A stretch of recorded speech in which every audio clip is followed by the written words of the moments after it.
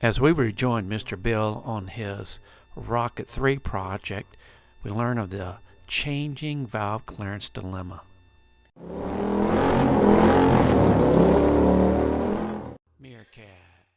It may not have been done correctly at the machine shop, and I hope it's just me not understanding exactly what I'm looking at, but I wanted to pull some of these out and do some measuring.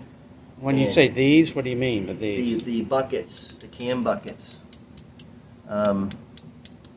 Because every time I put these cams in and take a measurement, and then I take them out and put them back in, I get different measurements. And it's random. It's not all of them, but it's like the last time it was 7 of them.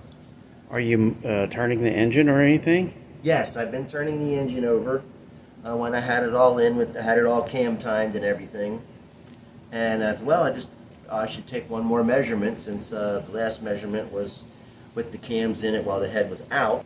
You know, the cams have to be the cam lobes have to be facing away from the buckets and the shim, so you're at the lowest point. And so every time I have measured them, I've had the cam facing away like it should be. I had the cam ladder torqued to 10 Newton meters like it should be.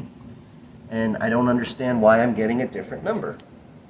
So I'm doing a little investigating right now to see if there's something wrong underneath here with maybe the retainers or something. I don't know. If he ground too much off of the valve at the machine shop. Right, if too much of the valve stem was removed when he was trying to save me from having to buy all new shims. If this is too low, it's not touching, and the little pin inside here isn't touching that to me is a problem. So I'm going to do some measuring right now and see how it is. But if it was too low and it wasn't touching, how does that give you a different reading on your thing each time?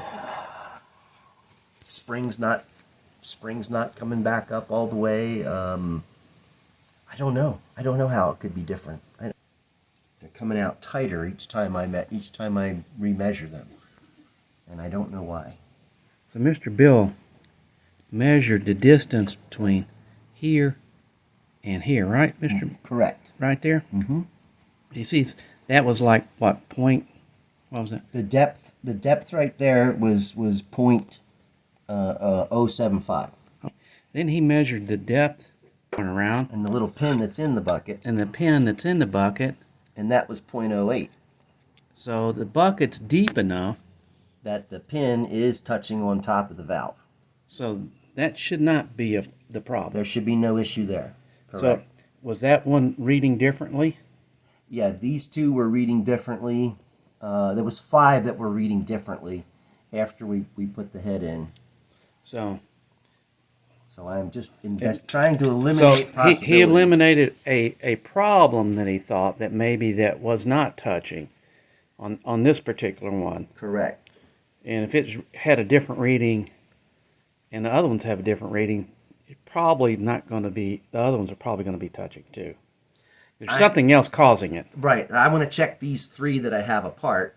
So he's going to check so if you get 3 of them for sure that are reading correctly, that are got the right depth that will touch, then you know that's not the problem. So that's not the problem then. Correct. Yeah. Voila.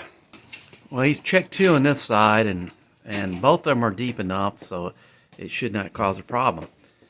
In the missile career field, we actually had a saying for this. I had an acronym that went for this, and we may find that is true also. Mr. Bill, would you like to know what that acronym is? Yeah, it's probably got to be something about the operator. OHS, Operator Headspace. It's about time for me to head home. So, Mr. Bill? We got the cam back in.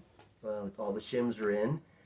We just finished timing the cams and the timing chain. I'm actually holding my finger on the little paddle inside there that keeps the timing chain tight as we check this a little bit, and it's looking pretty good.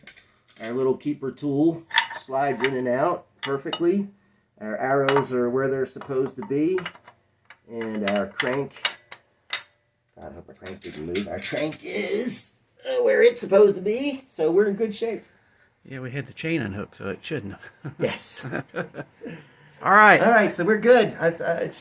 So what I'll do after you go home is I'll, make it stay together, and I'll give it about a dozen rotations and make sure everything's still in alignment, and then I'll do another valve inspection.